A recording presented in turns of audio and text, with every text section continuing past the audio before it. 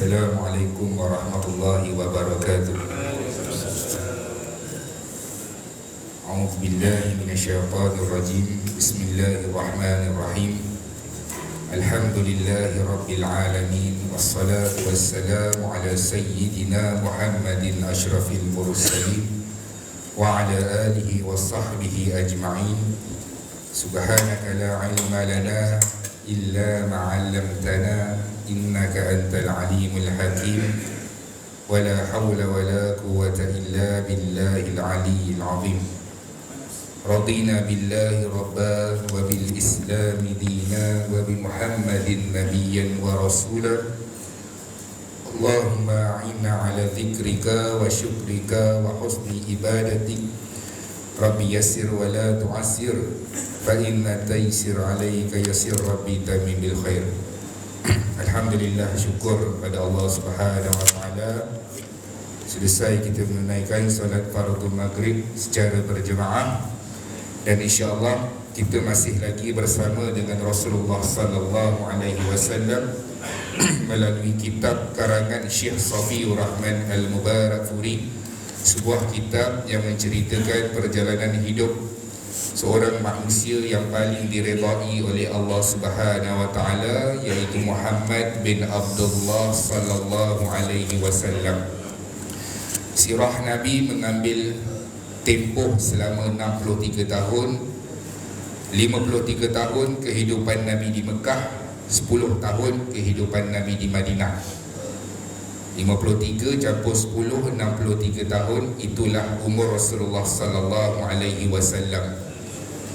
Pada pertemuan yang terdahulu, kita dah berhenti dekat Perang Hunain, satu peperangan yang melibatkan kabilah daripada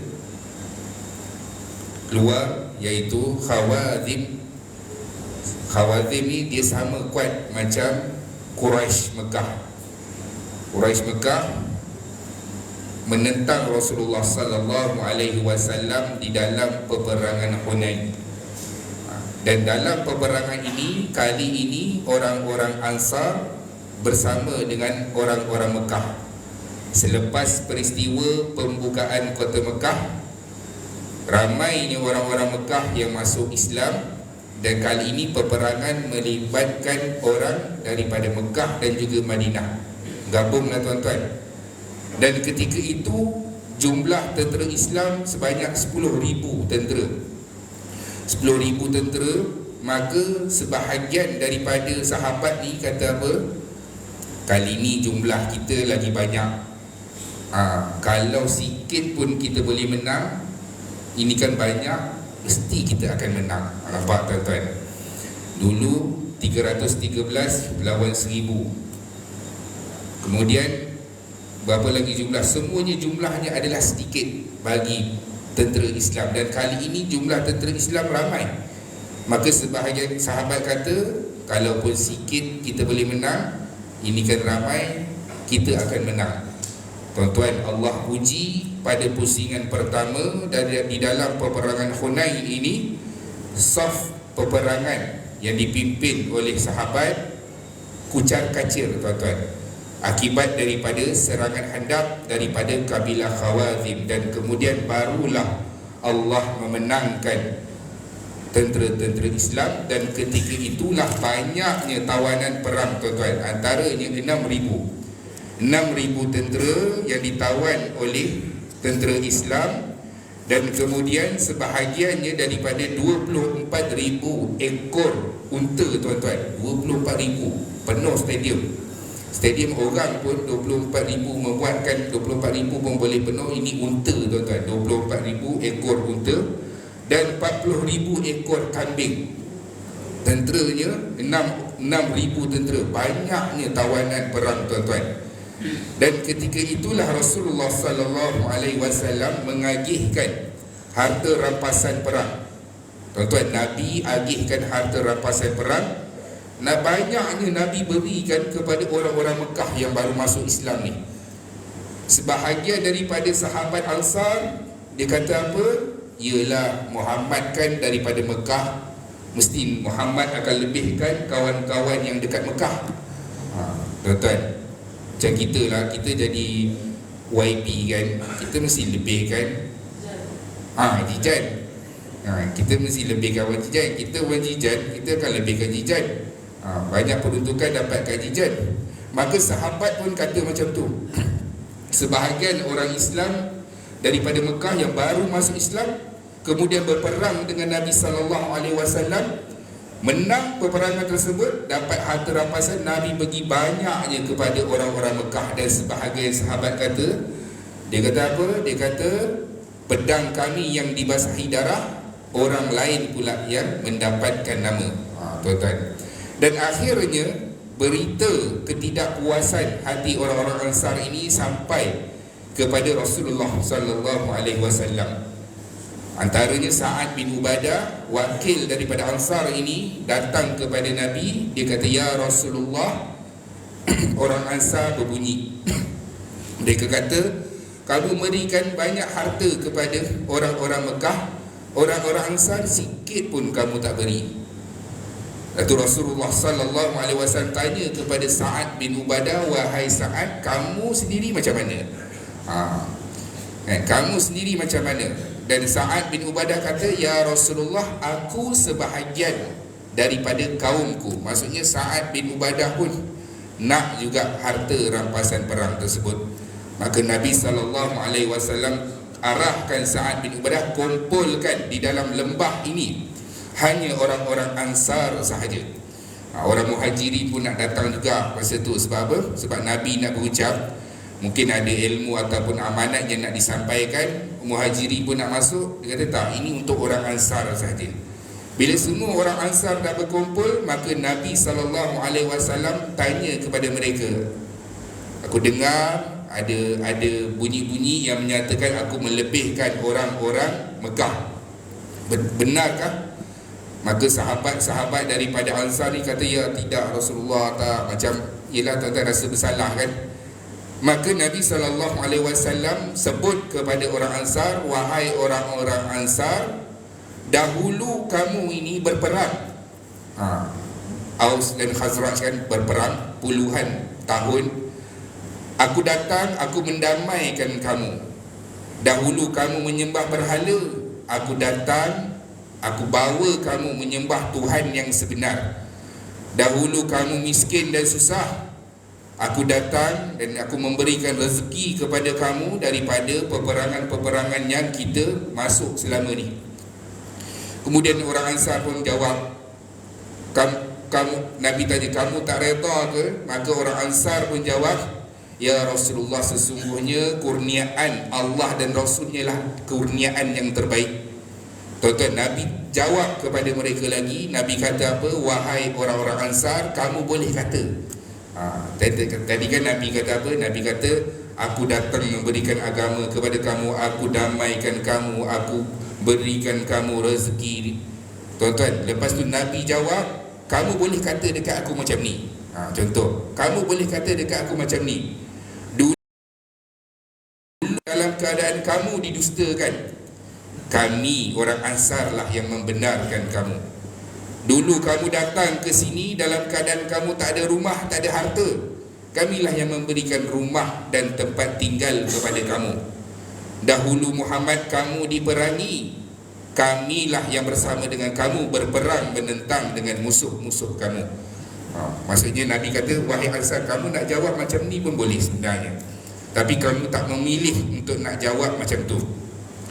Aku berikan ke semua harta-harta rampasan perang ini kepada orang-orang Mekah yang baru masuk Islam, supaya mereka dapatkan semangat dan rasa nak terus kekal di dalam agama ini dan rasa yakin bersama dengan agama ini. Aku berikan sebahagiannya kepada mereka kerana aku tahu bahawa kamu orang Ansar tidak memerlukan ini semua, kerana asalnya kamu bersama dengan aku memang berjuang kerana Allah dan Rasulnya. Dan hari ini kamu rasa iri hati dengan daki dunia yang aku berikan kepada orang-orang Mekah, wahai Ansar.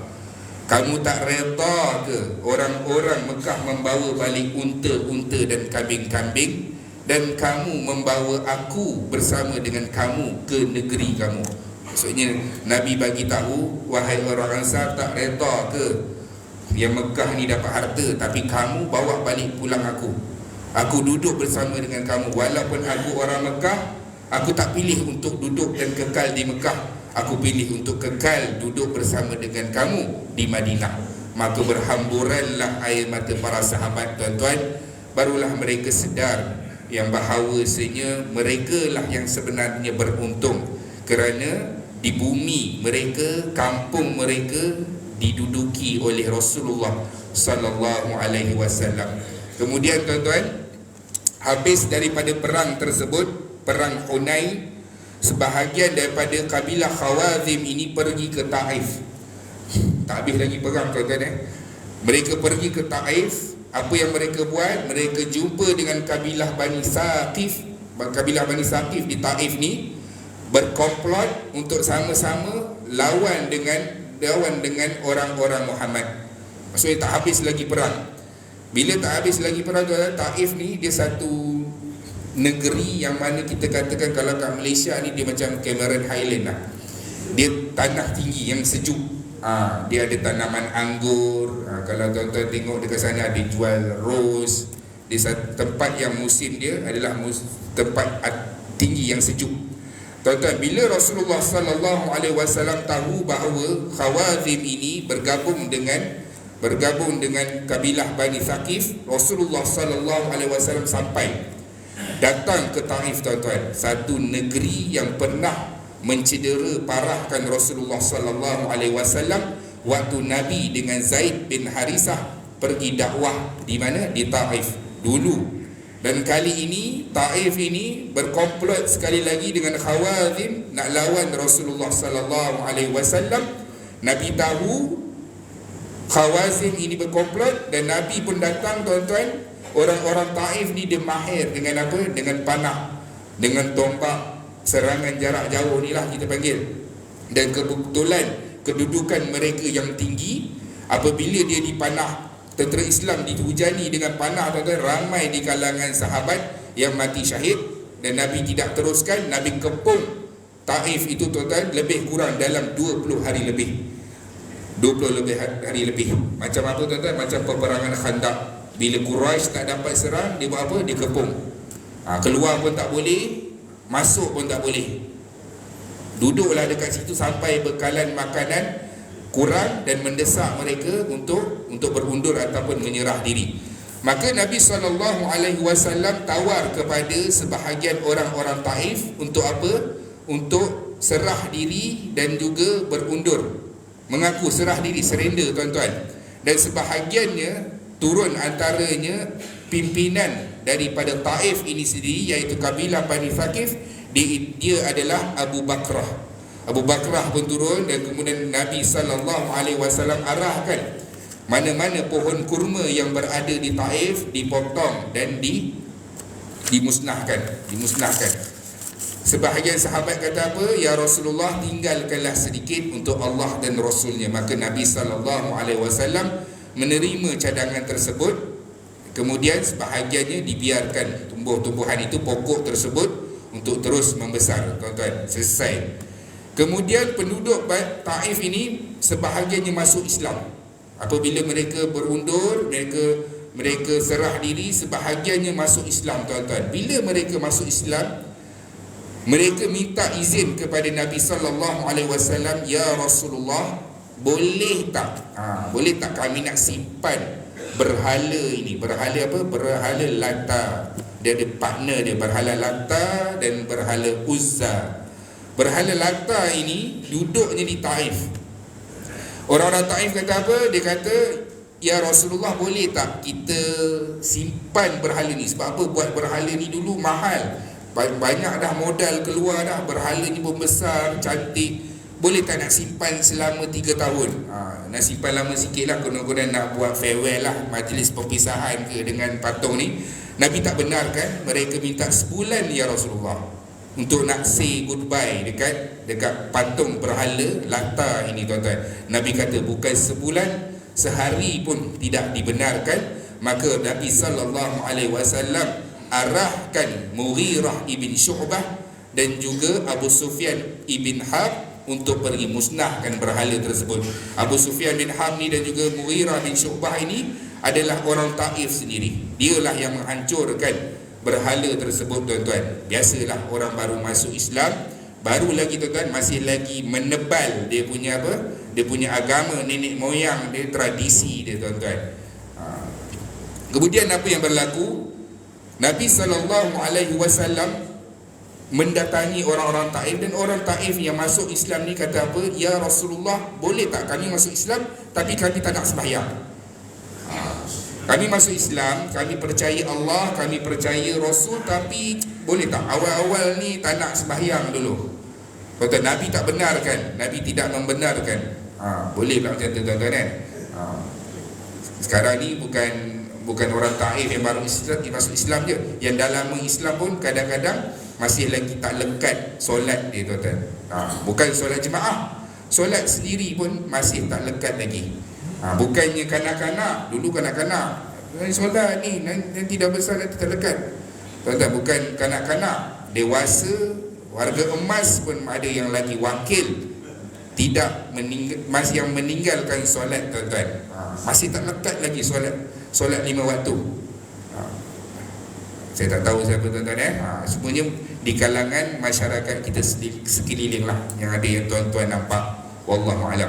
Kemudian Nabi tak benarkan. Nabi kata kena solat, belajar solat, tuan-tuan. Kemudian ada seorang artis ataupun kita katakan penghibur orang-orang Arab. Dia penghibur orang-orang Arab. Dia bukan penghibur orang-orang Mekah ke Madinah ke, dia penghibur orang-orang Arab. Maksudnya artis yang dikenali lah daripada semua kabilah-kabilah. Nama dia Ka'ab ibn Zuhair. Nabi SAW membenarkan orang-orang Islam untuk mengancam Ka'ab ibn Zuhair ini, sebab sebelum ini, tuan-tuan, dia ini artis. Dia banyak buat lagu, banyak buat syair menentang Rasulullah dan juga para sahabat dan juga orang Islam, mencaci Islam, tuan-tuan. Bila Ka'ab ibn Zuhair ini tengok orang Islam ni dah semakin maju, dah semakin berkembang, tengoklah tadi tentera Islam pun hampir berapa ribu tadi, 30,000, tuan-tuan. Ramai ni tentera Islam ni dah mula berkembang. Dia takut, tuan-tuan, dia takut saudaranya Hujair yang masuk Islam, tuan-tuan, bagi tahu kepada dia, wahai Ka'ab, sudahlah, terimalah ajaran Muhammad, masuklah Islam. Ka'ab bin Zuhair ini datang kepada Rasulullah SAW. Dia pergi Madinah, jumpa dengan Nabi untuk menyatakan keislaman dia. Sebahagian sahabat nampak dia dari jauh. Bila nampak dia dari jauh, tuan-tuan, kenal lah. Sebab apa? Artis nombor 1. Macam kita lah, kita tak pernah pun jumpa siapa sebagai contoh contohlah Michael Jackson ke kan. Tiba-tiba dia datang, kita kenal lah. Sebab apa? Dia artis international, orang kenal dia. Siapa? Ada artis mana-mana kan, kita kenal dia. Maka sahabat ini, dia kenal Ka'ab bin Zuhair ini. Dia datang melompat, melangkah nak pergi bunuh Ka'ab bin Zuhair ini. Sebab apa? Sebab Nabi membenarkan. Nabi kata apa? Boleh memberi ancaman kepada Ka'ab bin Zuhair. Maka Rasulullah SAW kata apa? Nabi tahan sahabat ni. Sesungguhnya dia datang dengan keadaan membuak-buak hati dia untuk bertaubat kepada Allah Subhanahu Wa Taala. Maka ketika itulah Ka'ab bin Zuhair ini membacakan syair ataupun lagu yang dia karang sendiri kepada Rasulullah sallallahu alaihi wasallam. Tuan-tuan, syair Arab ni dia susah, dia tak macam kita buah cepadak di luar pagar, ambil galah tolong jolokkan. Dia hujung dia kena sama kan. Buah cepadak di luar pagar, ambil galah tolong tunjukkan, tolong jolokkan. Saya budak baru belajar, kalau salah tolong tunjukkan. Kalau syair Arab ni, dia punya barisan, dia pangkal hujung-hujung setiap ayat-ayat tu mesti sinkronis, dia mesti sama. Maka nak menulis itu memerlukan ilmu dan juga kepakaran dalam penulisan Arab. Ka'ab bin Zuhair ini dia mahir, tuan-tuan. Dia karang masa tu juga, dan dia membacakan syair itu di hadapan Rasulullah sallallahu alaihi wasallam, dan Nabi memuji dia Nabi ambil rida Nabi, hamparkan kepada dia, silakan duduk wahai Ka'ab bin Zuhair. Apa yang berlaku tuan-tuan? Ka'ab bin Zuhair masuk Islam, kemudian bersama dengan Rasulullah sallallahu alaihi wasallam. Bila Nabi sallallahu alaihi wasallam wafat, Muawiyah ni siapa? Dia adalah raja pertama zaman Khalifah Umayyah. Dia tahu Ka'ab bin Zuhair ini ada rida Rasulullah. Dia tawarkan 10,000 dinar emas kepada Ka'ab bin Zuhair. Tuan-tuan, Ka'ab bin Zuhair tak jual, tuan-tuan. 10, kita 1,000 dinar, 1 dinar emas pun dah cukup mahal. Bayangkan 10,000 dinar, satu jumlah yang besar. Ditawarkan, Muawiyah tawarkan kepada Ka'ab bin Zuhair untuk nak dapat rida Nabi itu saja. Maka Ka'ab bin Zuhair mengatakan, yang baru aku tak berminat untuk menjualnya. Dan apabila Ka'ab bin Zuhair ini wafat, tuan-tuan, Saidina Muawiyah ini tawarkan kepada keluarga dia 20,000 dinar pula kepada keluarga dia. Maka keluarga dia menjualnya. Macam kita lah, tuan-tuan, mak ayah dah meninggal, tanah pusaka, rumah habis. Dulu tak boleh jual. Tapi bila mak ayah pun tak ada, siapa nak tunggu dekat rumah tu kan? Nanti jadi rumah hantu, tak ada siapa dah. Masing-masing dah ada kehidupan rumah masing-masing kan, tanah masing-masing. Mak ayah dah tak ada, apa lagi jual lah. Nanti duit tu boleh bahagi-bahagikan kepada adik-beradik. Maka keluarga Ka'ab bin Zuhair menjual rida itu, tuan-tuan. Dan Saidina Muawiyah ini menggunakan rida itu sebagai pakaian kepada pemerintah sultan pada ketika itu. Maksudnya lepas Muawiyah wafat, pemerintah seterusnya diberikan sebagai pakaian kepada pemerintah tersebut. Itu tujuan Sayyidina Muawiyah. Selesai.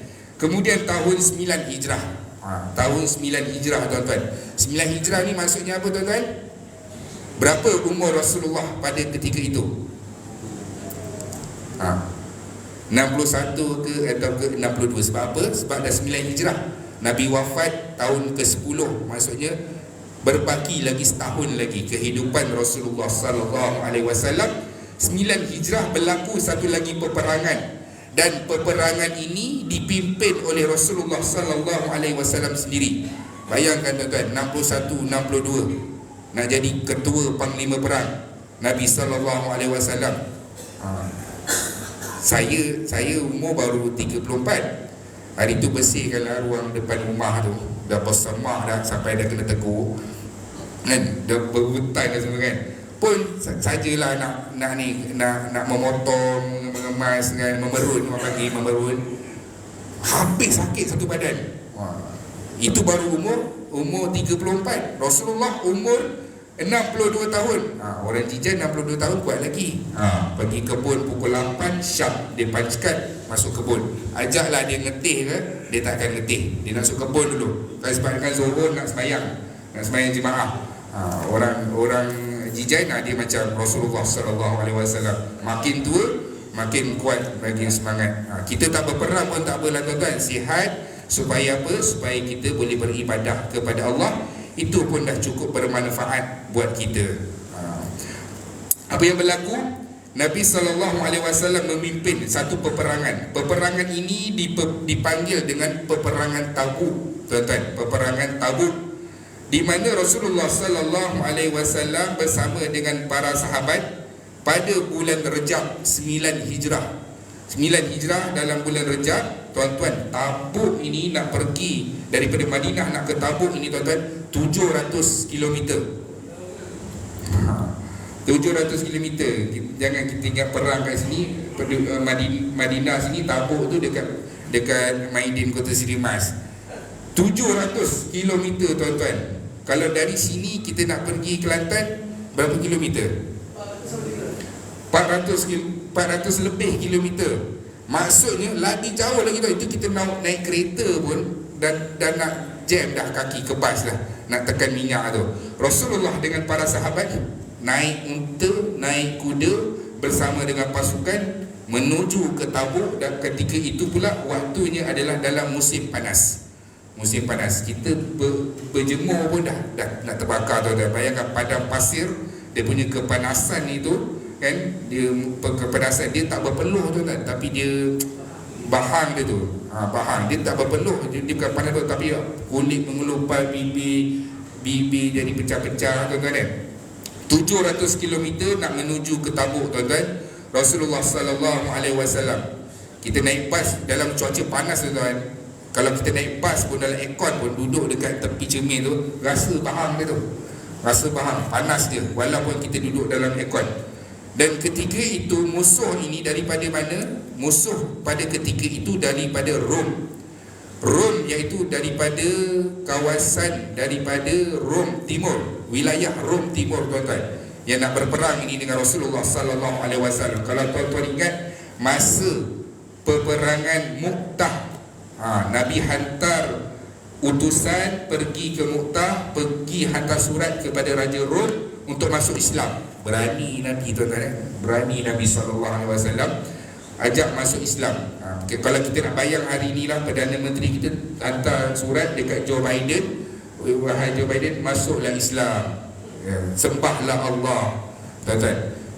Wakil ni bawa surat tersebut datang kepada pemimpin ataupun ketua jajahan Rom Timur ini. Dia buka surat, dia bunuh utusan tu, tuan-tuan.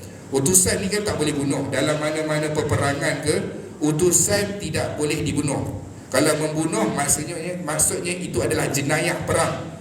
Boleh dikenakan tindakan, salah satu kesalahan kerana membunuh utusan. Musuh yang sama jugalah yang datang untuk menyerang Rasulullah sallallahu alaihi wasallam. Nabi hantar perwakilan untuk pergi semak sama ada betul ke Rom ini nak serang kita. Maka sahabat kata, benar ya Rasulullah, mereka telah pun memulakan, menyiapkan peralatan dan sudah pun bergerak menuju untuk menyerang kita ya Rasulullah. Apa yang Nabi buat, tuan-tuan? Nabi SAW hantar wakil, semak dan bagai semua.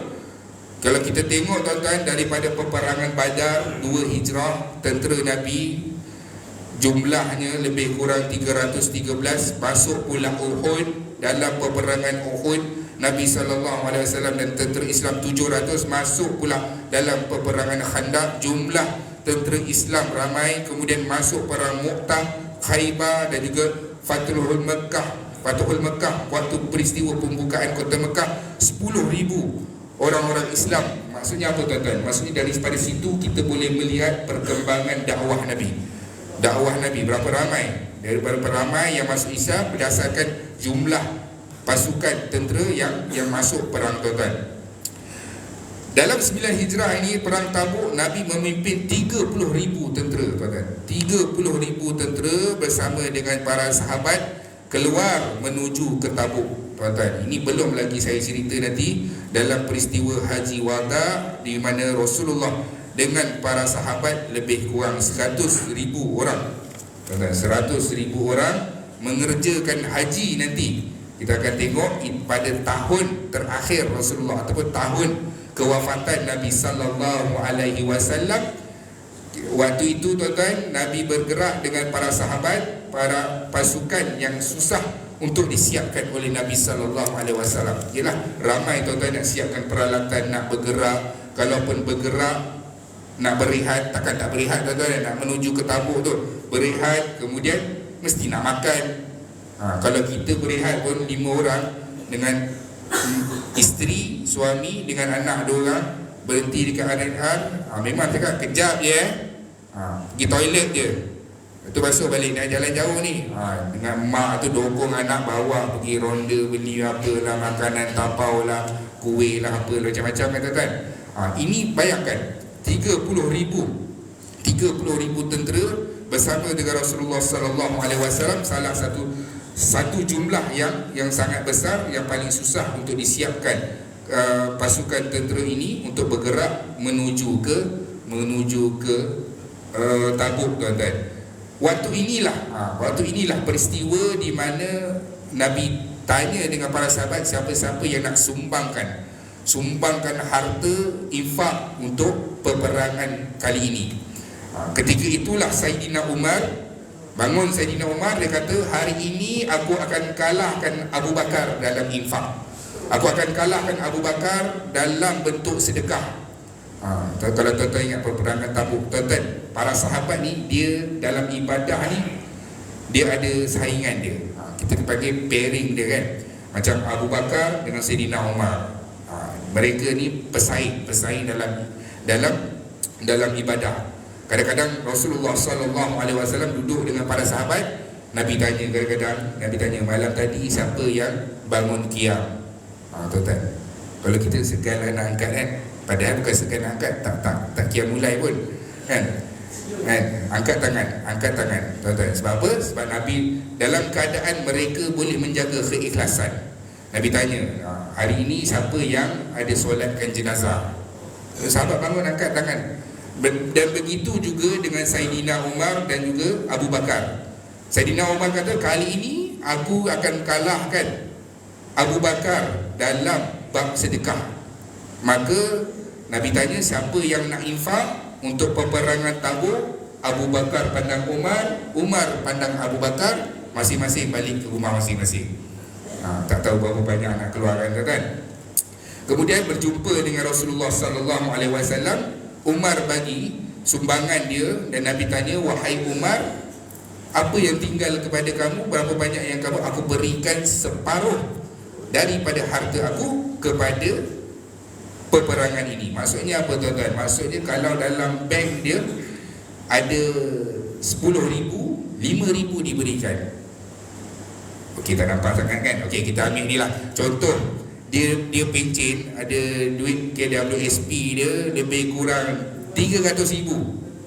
Maksudnya 300,000 tu, separuh itu untuk Nabi dalam peperangan yang akan bakal kita bertempur ini, tuan-tuan.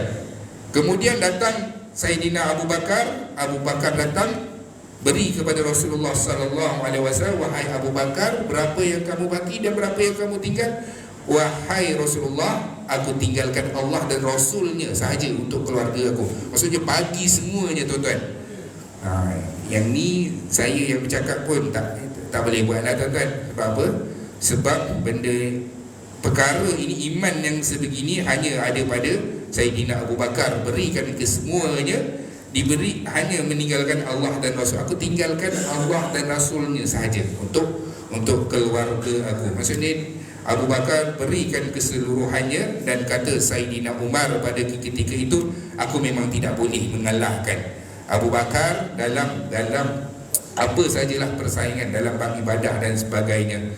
Kalau ditimbang iman Abu Bakar dan dikumpulkanlah iman keseluruhan umat Nabi SAW di neraca timbangan, maka iman Abu Bakar akan kekal berat tanpa pun ditandingi oleh iman umat Nabi Muhammad SAW, tuan-tuan.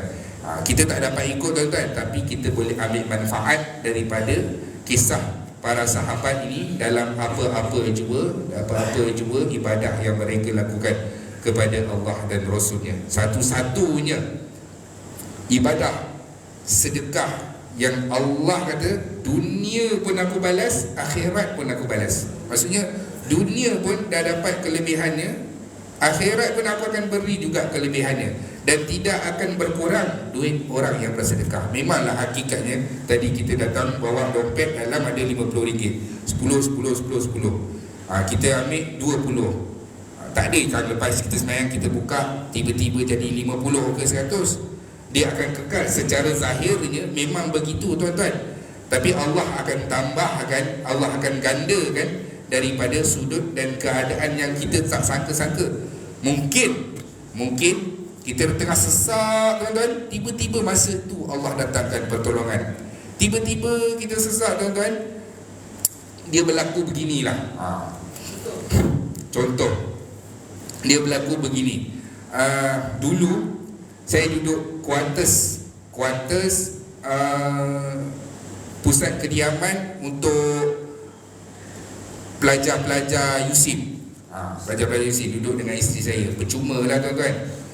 Kemudian saya dengan isteri saya pergi berjalan-jalan kan, dia jalan. Lepas tu dapat notis.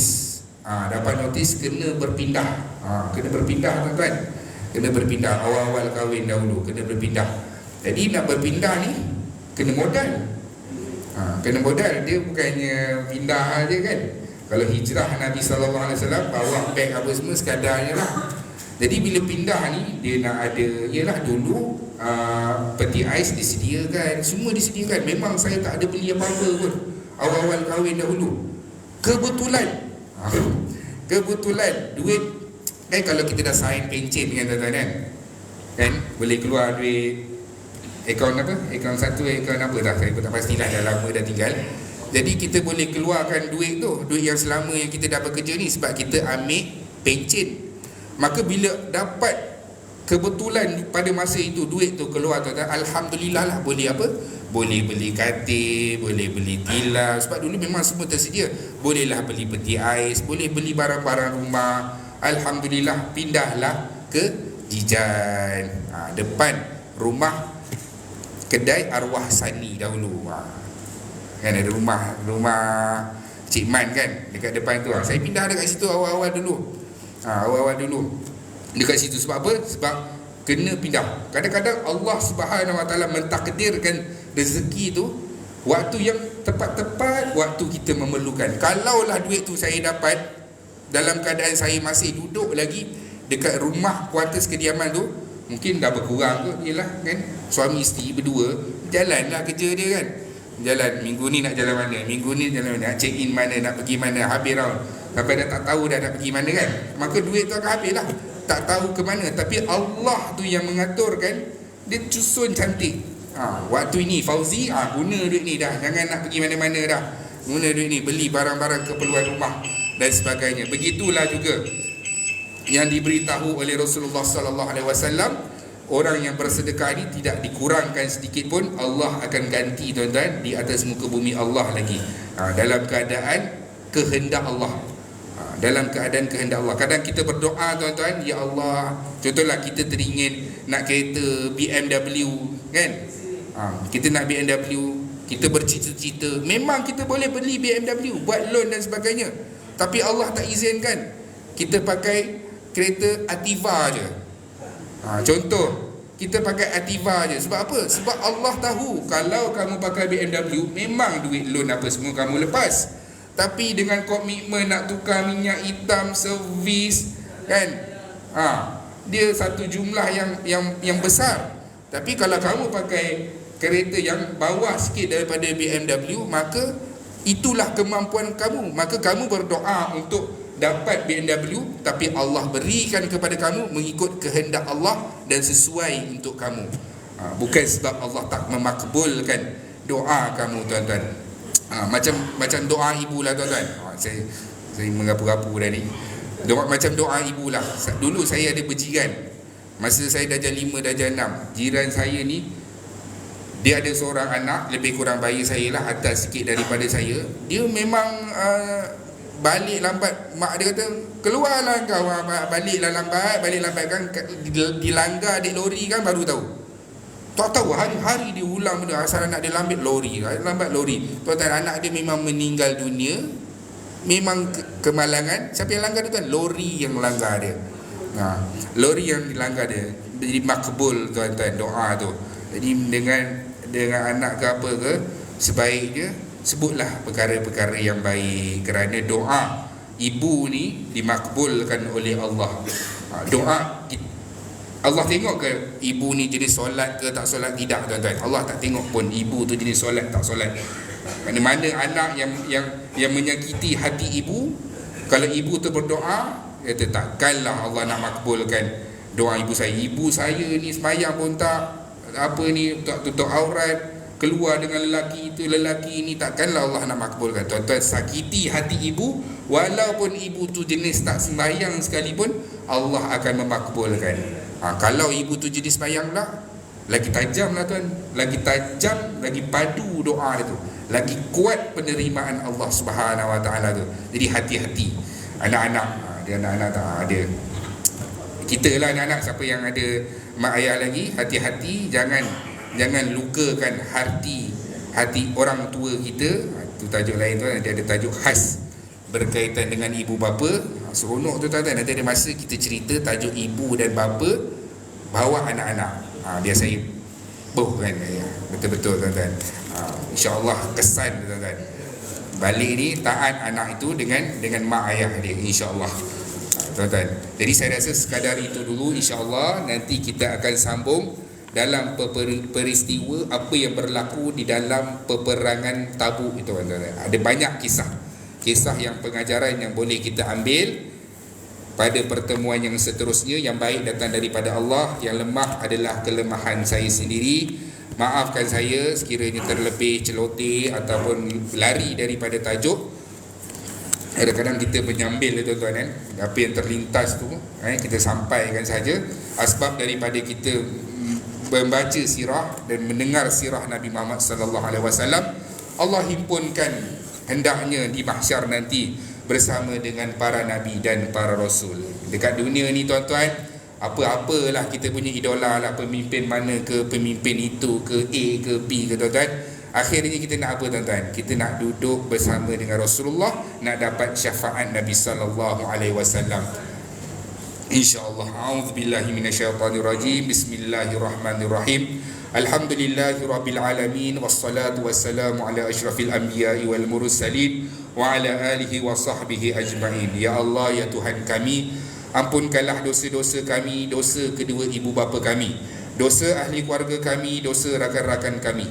Ya Allah, ya Tuhan kami, bantulah kami dalam mentaati perintah-Mu, bantulah kami dalam meninggalkan segala larangan-Mu. Ya Allah, ya Tuhan kami, terimalah amal ibadah kami, solat kami, puasa kami, zikir kami, bacaan Quran kami, sedekah kami sebagai pahala yang diterima di sisi-Mu, wahai Allah. Ya Allah, ya Tuhan kami, ringankan sakit sakaratul maut kami, ya Allah. Matikan kami dalam keadaan husnul khatimah, jangan matikan kami dalam keadaan su'ul khatimah. Ya Allah, ya Tuhan kami, jadikan kubur kami nanti di antara taman-taman syurga, jangan jadikan kubur kami di antara lubang-lubang neraka. Ya Allah, ya Tuhan kami, bangkitkan kami dalam keadaan Engkau redha dengan kami, ya Allah. Berilah buku amalan kami dengan tangan kanan kami, jangan beri buku amalan kami dengan tangan kiri kami.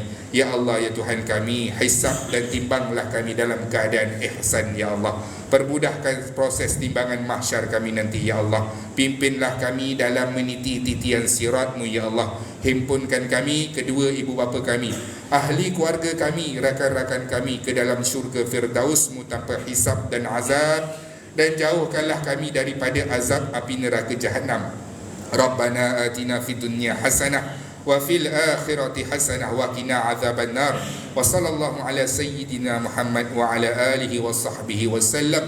Walhamdulillahi rabbil alamin. Taqabbalallahu minkum.